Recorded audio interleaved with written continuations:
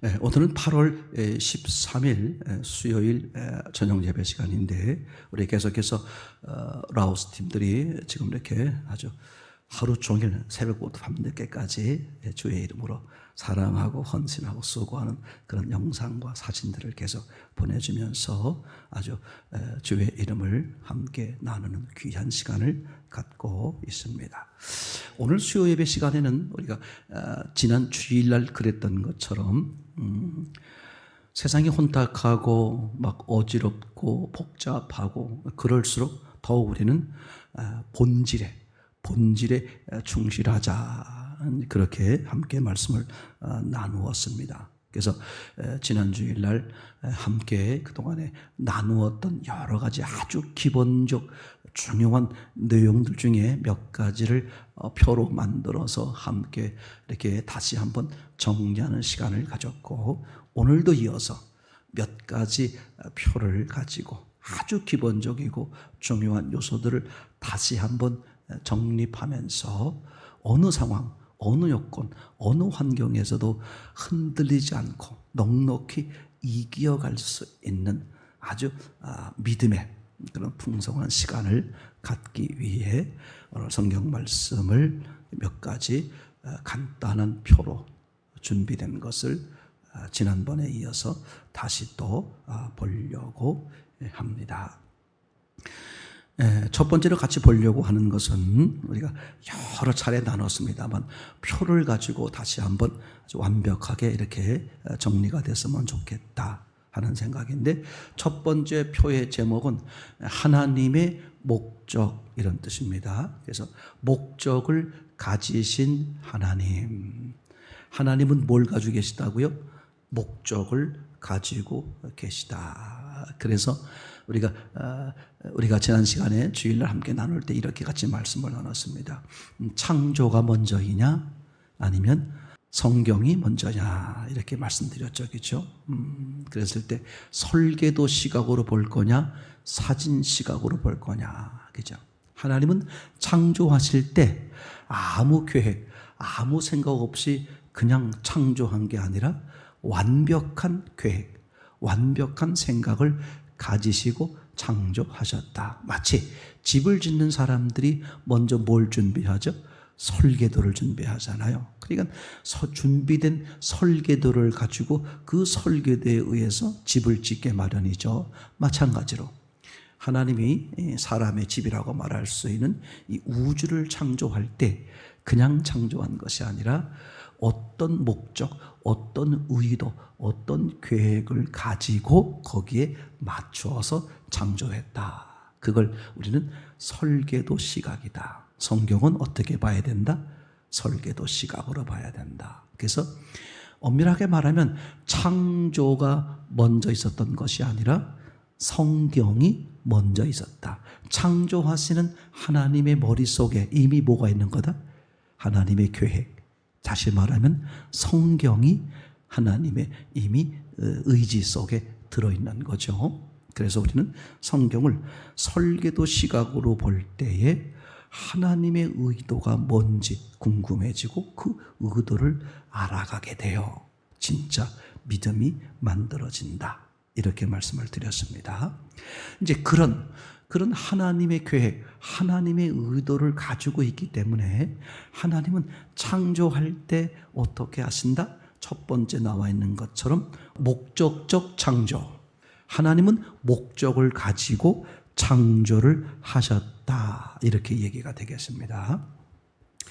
창세기 1장에 보게 되면 실제로 이런 의문이 떠오른다 그랬습니다. 아니, 전지전능하신 하나님이 온 우주 만물을 창조하시는데 며칠이 걸리셨다? 6일이 걸리셨다. 그게 이상하다 그랬습니다. 그렇죠? 아니, 전지전능하신 하나님이시라면 반드시 어떻다? 그죠? 한순간에 우주 만물을 창조하실 수 있다. 그죠? 그리고 남자, 여자를 만들 때도 따로따로 만들잖아요. 남자를 만들어 놓고 남자의 갈빗대를 취하여 여자를 만드시는 거죠. 왜 하나님이 그렇게 하셔야만 했을까? 능력이란 면으로 보면 한순간에 동시에 얼마든지 만들어낼 수 있겠죠. 그럼에도 불구하고 하나님이 이렇게 6일 동안 이제 7일 안식일까지 7일 동안 이렇게 창조의 모습을 기록해 놓으셨습니다. 그것은 어떤 의미를 갖는 거다? 하나님은 목적을 가지고 창조하고 계시는 거다. 그러니까 우리는 하나님을 대할 때 신앙생활에 있어서, 특별히 신앙 그러면 성경이잖아요. 성경을 대하는 데 있어서 아주 중요하게 관심을 갖고 늘 이렇게 집중해야 될 게 뭐냐? 하나님은 목적을 가지고 창조하셨다. 그죠? 그러면 목적을 가지고 창조했으니까 우리는 하나님의 창조물을 보면서 무슨 의문을 가져야 돼요? 하나님이 왜 이렇게 창조했을까? 아멘. 그래서 성경을 보다 보면 뭐가 생길 수밖에 없다 그랬죠? 의문. Why? 왜 이렇게 하셨을까? 거기에 뭐가 있다? 하나님의 의증, 하나님의 의도, 하나님의 계획. 이게 너무 놀라워요. 그래서 우리가 그 성경을 보면서 하나님의 의도에 대해서, 즉 하나님에 대해서, 그렇게 하신 하나님에 대해서 의문을 가질 때 내가 하나님을 향한 마음이 생겼잖아요. 그러면 하나님이 내게 어떻게 해요? 역사하시고 말씀하십니다. 그럼 어떻게 되겠어요? 하나님이 이러한 계획, 이런 뜻으로 이렇게 창조하셨구나. 이렇게 하셨구나. 그걸 알게 되는 거죠. 너무 놀랍습니다, 여러분. 이제 그런 점에서 보면 하나님은 목적적 창조할 때 분명한 목적을 가지고 하셨다. 그럼 우리는 창조물을 대할 때 뭘 생각해야 된다? 하나님의 목적이 뭐지? 하나님의 의도가 뭐지? 하나님이 왜 이렇게 창조하셨지? 아멘. 두 번째, 하나님은 목적적 기록을 하신다. 그죠? 성경을 기록할 때도, 그죠? 모세를 통해서, 베드로를 통해서, 바울을 통해서 성경을 기록하실 때도 그냥 아무 생각 없이 그냥 기록하게 하신 게 아니라 뭘 가지고? 분명한 목적을 가지고 뭐 하시는 거예요? 기록을 하시는 거죠. 그래서 우리는 하나님의 기록물이죠. 성경을 보면서 뭘 가져야 돼? 또 의문이죠. 의도. 하나님이 왜 이렇게 계획하셨지? 왜 이렇게 기록하셨지? 여기는 왜 이렇게 기록하셨지? 저기는 왜 저렇게 기록하셨지? 예를 들면 복음서에 보시게 되면, 그죠? 오병이어 사건이 네 복음서에 공이 모두 나옵니다. 근데 마태, 마가, 누가에 기록되어 있는 오병이어의 사건의 내용과 그리고 요한복음에 기록되어 있는 오병이어의 사건의 내용이 아주 완전히 달라요. 어떻게 보면 이 오병이어 사건이 2번 있었던 거 아니야? 그럴 정도로 얘기가 좀 다릅니다. 요한복음에서는 특정된 제자에게 질문하는 식으로 했죠. 그 제자가 누구였습니까? 빌립이었단 말이죠.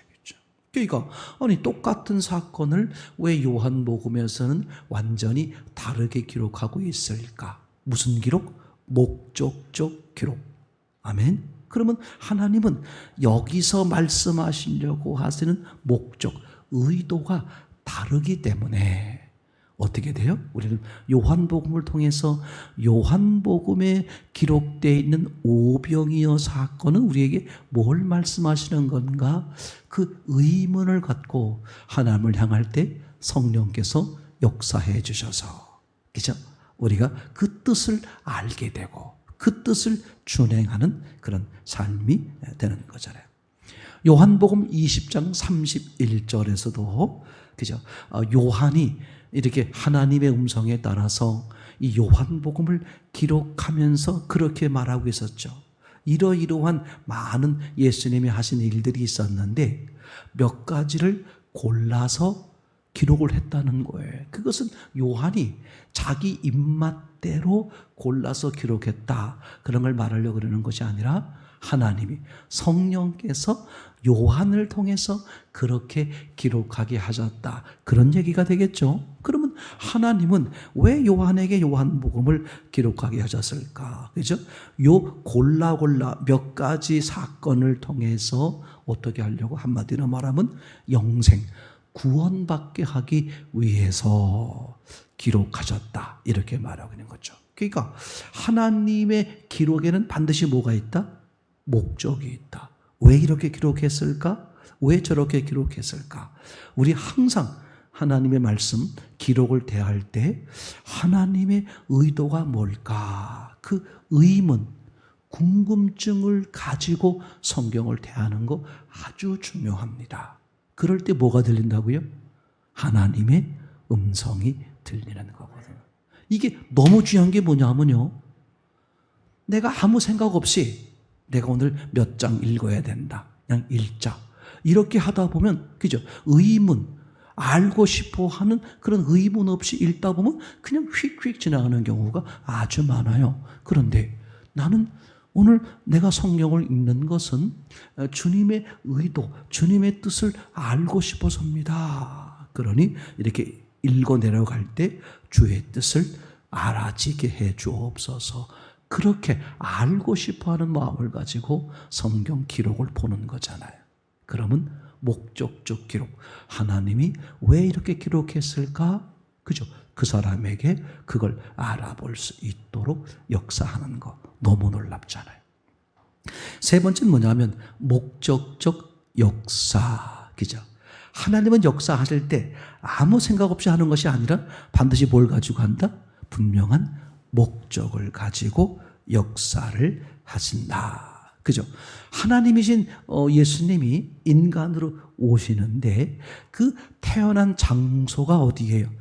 베들레헴. 그죠? 왜 하필이 베들레헴일까? 그거야 목사님, 저 구약에서부터 베들레헴에서 태어나기로 예언했으니까 그 예언에 맞춰서 베들레헴에 태어난 거죠. 그것도 맞는 말이지만, 그러면 그 당시 그 구약에서 그 오래전에 왜 하필이 베들레헴으로 예언했냐, 이런 말이 되겠죠. 그죠?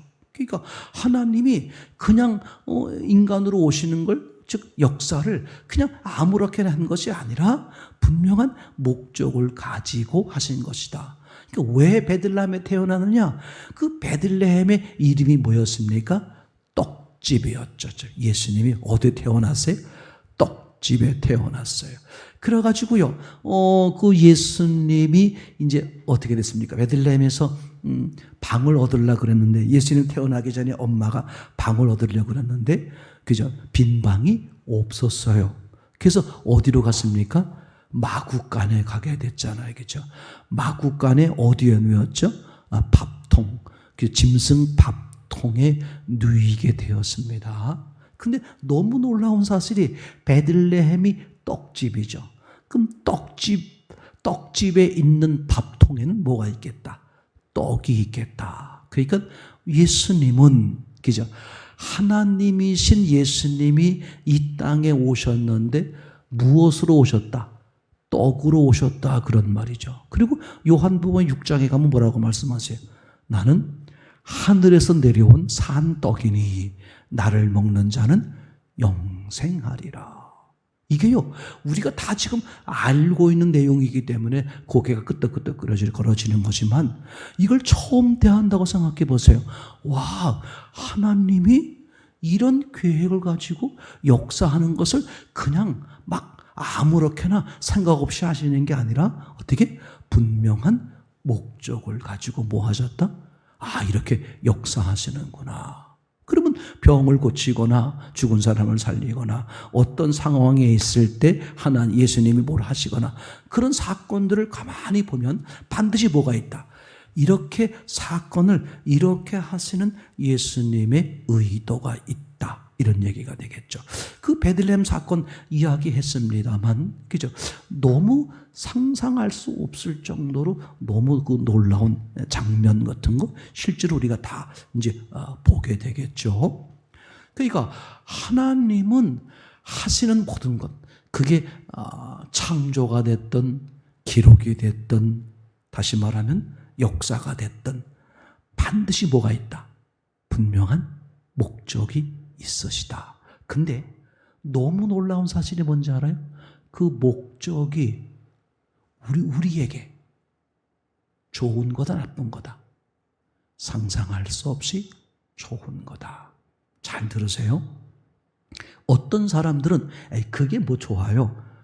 힘들고 어렵고 우리가 겪고 있는, 우리 집에서 벌어지고 있는, 지금 내게 벌어지는 이런 일들이 힘들고 어렵고 아주 만나기 싫은 이런 일은 좀 없었으면 좋겠다.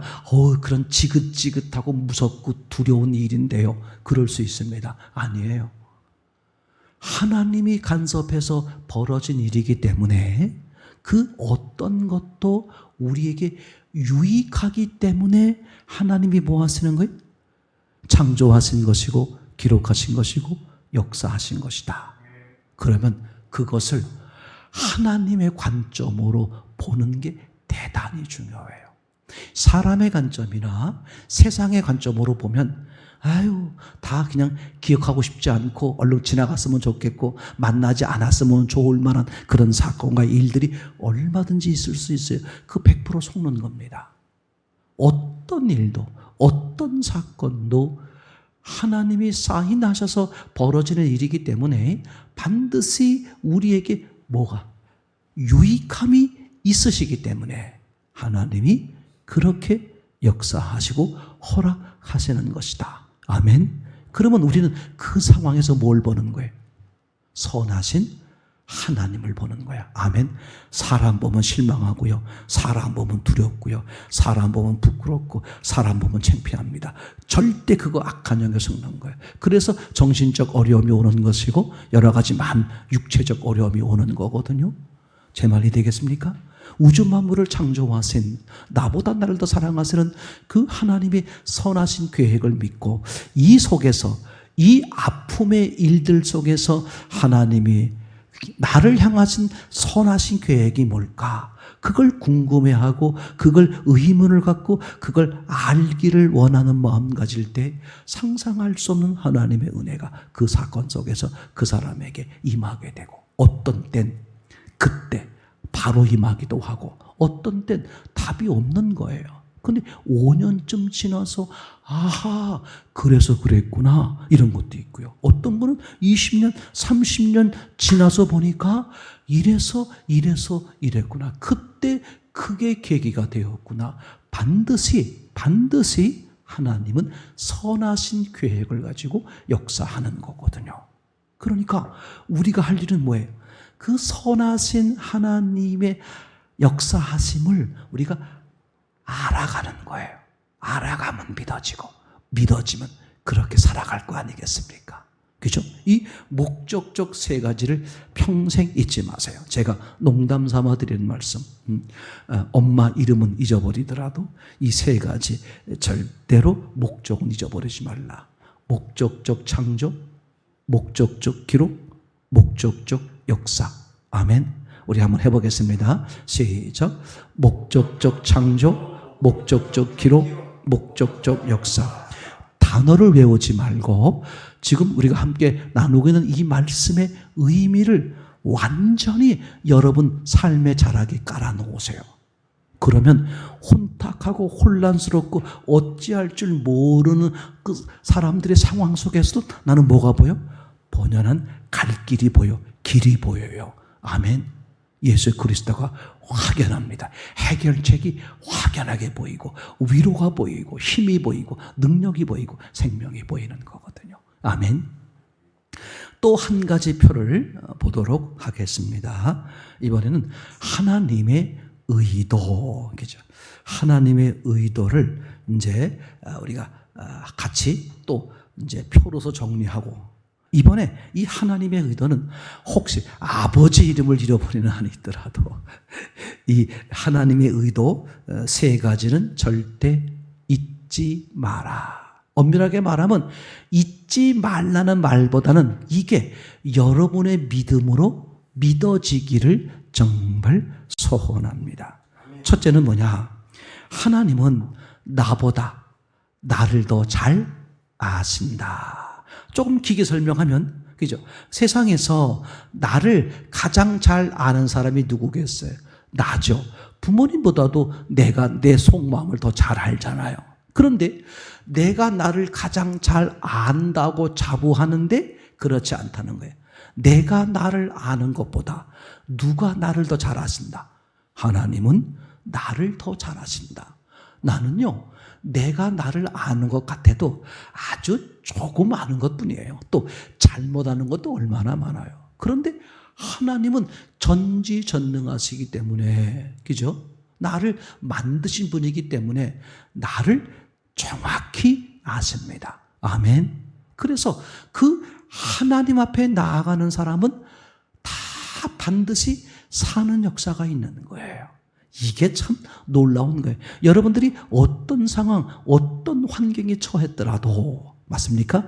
여러분이 처한 환경과 처한 상황은 다 어디 안에 있는 거예요? 우주 안에 있는 겁니다. 아멘. 그런데 그 우주를 주관하신 분이 누구예요? 하나님이십니다. 그러니까 여러분들이 어떤 상황에 처했을지라도, 어떤 환경이 있을지라도 거기서 누구를 쳐다보면 하나님을 바라고 하나님을 찾으면 무슨 일이 벌어진다? 반드시 하나님의 능력과 은혜로 사는 역사가 있다. 아멘. 시간 끌지 마세요.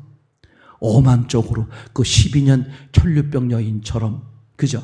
이 의사 저 의사 있던 시간 있던 또 나 날려버리는, 그러니까 엄하게 인생 허비하지 말고 재빨리 어떻게 해요?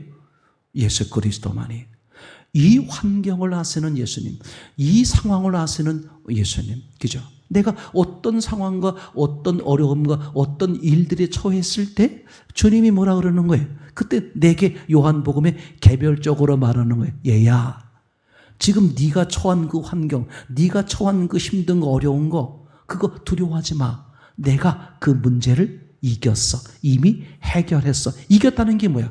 해결했다는 뜻이에요. 아멘? 아멘입니까? 제발 아멘 하세요. 이게 상상 못할 정도로 중요한 겁니다. 지금 제가 오늘도 마태복음 이제 13장까지 읽고 내려왔는데 그 내용에 보게 되면 그 앞에 내용에 이런 말들이 있더라고요. 제가 이제 일부러 이번에 성경 보는 것은 이렇게 쉬운 성경, 그래서 이렇게 아주 쉽게 어린아이가 읽을 수 있게끔 쉽게 번역해 놓은 성경으로 따로 한번 다시 읽어보고 있는데, 거기 보게 되면 너희가 들어도 이해를 못한다는 거야. 보아도 뭔지 모르겠다는 거야. 왜? 눈이 가려져 있어서, 마음이 어두워져서. 바로 그런 거예요. 여러분, 누구를 봐야 돼? 예수님 보는 거야. 무슨 일이 있어요? 누구 보라는 신호야? 예수님 보라는 신호야. 슬픈 일이 있어요? 힘든 일이 있어요? 아니, 좋은 일이 있어요? 누굴 쳐다보라는 거야? 예수님 쳐다보라는 거야. 거기서 예수님 쳐다보는 사람은 다 삽니다. 아멘. 놀라운 상상할 수 없는 은혜가 임하게 되는 거죠. 그래서 첫 번째는 우리가 반드시 내 마음 가운데 딱 정리가 될 게, 그죠? 하나님은 내가 나를 아는 것보다도 나를 더 잘 아신다. 아니, 완벽하게 아시죠. 왜냐하면 근거. 창세기 2장 7절, 하나님은 나를 설계 창조하셨기 때문에. 아멘. 외우면 안 돼요. 하나님은 나보다 나를 더 잘 아신다. 1번, 2번 이렇게 하지 마세요. 그렇게 외워버리면 너무 놀라워. 집에 돌아갈 때 하나님은 나보다 나를 더 잘 아셔 하고 내가 스스로 이렇게 위로하면서 하는데 내 마음속에 의문이 들어. 야, 하나님이 너보다 너를 더 잘 안다는 그 근거가 뭐야? 반드시 뭐가 있어야 돼? 확실한 성경적 근거가 있어야 돼. 제 말이 이해되겠죠? 그러니까 하나님은 왜 내가 나를 아는 것보다 나를 더 잘 아시느냐? 나를 설계, 창조하셨기 때문에, 나를 만드신 분이란 말이에요. 그러니까 나를 너무나 잘 알겠죠. 두 번째, 하나님은 내가 나를 사랑하는 것보다 나를 더 사랑하신다. 이 세상에서 보면 내가 나를 가장 사랑할 거 아니에요? 그죠? 남이 나를 사랑하는 것보다. 그래서 오죽하면 예수님도 너 자신을 사랑하는 것처럼 이웃을 사랑하라. 그죠? 근데 오늘 우리가 성경을 대하다 보니까, 하나님을 알아가다 보니까 뭘 발견하게 돼? 하나님은 나보다 나를 잘 알 뿐만 아니라 나보다 나를 더 하신다. 이게 확실히 서 있어야 돼. 이게 서 있지 않으면 신앙은 확 무너져 버립니다. 교회를 수십 년 다녀도 그냥 무너져 버려요. 그죠? 하나님은 나보다 나를 더 사랑하신다. 근거가 뭡니까? 하나님은 창조주요. 나는 피조물인데 창조주가 피조물인 나를 위해서 어떻게 대신 죽으셨어. 그죠? 죽기만 했습니까? 나에게 영원한 생명을 주시기 위해서 부활하셨고, 그뿐만 아니라 가장 더럽고 추한 내 심령 속에 찾아와서 나와 잠깐이 아니야, 영원히, 아멘, 영원히 뭐 하는 거예요? 살아주신다. 감옥 생활해 주신다. 이게 들려야 됩니다. 안 들리면 큰일 납니다. 진짜 절대 사람이 그 어떤 것으로 답이 없어요. 우리가 사는 유일한 길은 예수 그리스도밖에 없기 때문에 다른 건 다 놓쳐도요, 말씀을 놓치면 안 되겠죠. 자, 지금까지 정리한 것, 하나님의 의도. 하나님은 나보다 나를 더 잘 아신다. 두 번째는 하나님은 나보다 나를 더 사랑하신다. 아멘. 이 두 가지가 내 마음에 딱 정리가 믿어지잖아요. 외운 거 말고 믿었죠. 아, 맞아. 하나님은 나보다 나를 더 잘하셔. 아멘, 맞지. 맞아. 하나님은 나보다 나를 더 사랑하셨어. 맞아. 이게 믿어지면 세 번째, 어떤 게 저절로 정리가 돼 떠오르냐 하면, 그래서 하나님은 앞으로, 지금까지도 그랬지만 앞으로 언제나 내게 가장 좋은 걸 주신다. 아멘. 가장 좋은 거, 조금 좋은 게 아니야. 사람이 봤을 때 야, 이거 최고 좋은데, 그런 정도가 아니야. 창조주 하나님이 보셨을 때 더 이상 좋을 수 없는 최고를 주신다. 근거가 뭐냐? 그죠? 창세기 1장에 보게 되면 하나님이 마지막에 이 창조하신, 지으신 모든 것을 보신 후에 보시기에 심히 좋다, 베스트, 최고로 좋다, 이렇게 선언하셨어요. 그럼 지은 것을 보시고라 그랬어요. 그럼 창세기 1장에서 지으신 것으로의 지으신 것을 보시고 개념으로 보면 두 가지밖에 없다 그랬죠. 보시기에 좋게 창조한 거, 그리고 보시기에 좋지 않아 보이게 창조한 거. 그 두 가지를 합쳐놓고 보니까 어떻게 되더라? 최고로 좋게 되더라. 우리 인생이 그렇잖아요. 우리에게 좋은 일도 많이 일어나지만 내가 원치 않는 좋지 않은 일도 많이 일어나요. 그럼 일이 일어난다는 것은 반드시 하나님이, 내가 원인이든 상대방의 원인이든 환경이 원인이든 간에 반드시 하나님이 사인하지 않으면 벌어지지 않아요. 그럼 하나님이 내게 좋아 보이지 않는 일도 허락하셨기 때문에 벌어진 거야. 왜 그러셨을까? 그걸 통해서 나로 하여금 최고, 하나님 보시기에, 사람 보기가 아니라 하나님 보시기에 최고로 좋게 하시려고 하시는 계획, 목적 때문에. 자, 다시 말할게요. 이제 그러면 어떤 상황과 조건과 상황들이 있잖아요. 이때 뭘 기억해내? 이걸 소화하는, 끌어내서, 맞아, 지금 내게 좋아 보이지 않는 일이지만 힘들고 어렵고 눈물 나고 슬프고 잠이 오지 않고 굉장히 힘든 그런 답답한 일이지만 이걸 통해서 뭐 한다? 하나님은 더 이상 좋을 수 없는 내게 최고 좋은 걸 주시려고 그러시는구나. 아멘. 그러니까 최고로 좋은 걸 주시려고 하시는 거구나 라고 말을 하지만 이미 하나님은 최고로 좋은 것을 이미 해놓으셨어요. 그걸 내가 알아지면, 나를 뭔지 모르지만 최고로 좋게 하시려고 하신 거네? 이게 알아진단 말이야. 제 말 이해돼? 알아지면 뭐가 따라와 버려? 믿어져. 믿어지면 어떻게 될까? 그 이루어온 내게 최고로 좋게 한 이루어진 것이 내게 실제가 돼. 아멘. 지금 제가 기도하면서 마음에 갖는 게 우리 중심교회 크지도 않음에도 불구하고 이렇게 아프거나 어려운 분들이 여러분 계세요. 마음에 힘들고 어려운 분들이. 나는 이게 거꾸로 생각하면 우리 하나님께서 우리 중심교회를 너무나 복되게 하려고 하신다 하는 생각이 드는 거예요. 왜 이렇게 어려워 힘들어 하시는 분들이 계실까? 그렇게 볼 수 있는데 전혀 그렇지 않아요. 반대로, 그죠? 골이 깊을수록 산이 높은 거거든요. 아멘. 너무 놀랍죠, 여러분? 어떤 환경에 처했습니까? 어떤 조건에 있습니까? 그럴 때 뭘 보는 거예요? 다른 거 절대 속지 마세요. 다른 거 쳐다보지 마세요. 뭐만 봐야 돼? 예수 그리스도 하나님이십니다. 하나님의 뭘 보는 거예요? 이미 심히 좋게 하신. 그게 내 눈에 안 보여도 상관없어요. 뭘 믿어드리는 거예요?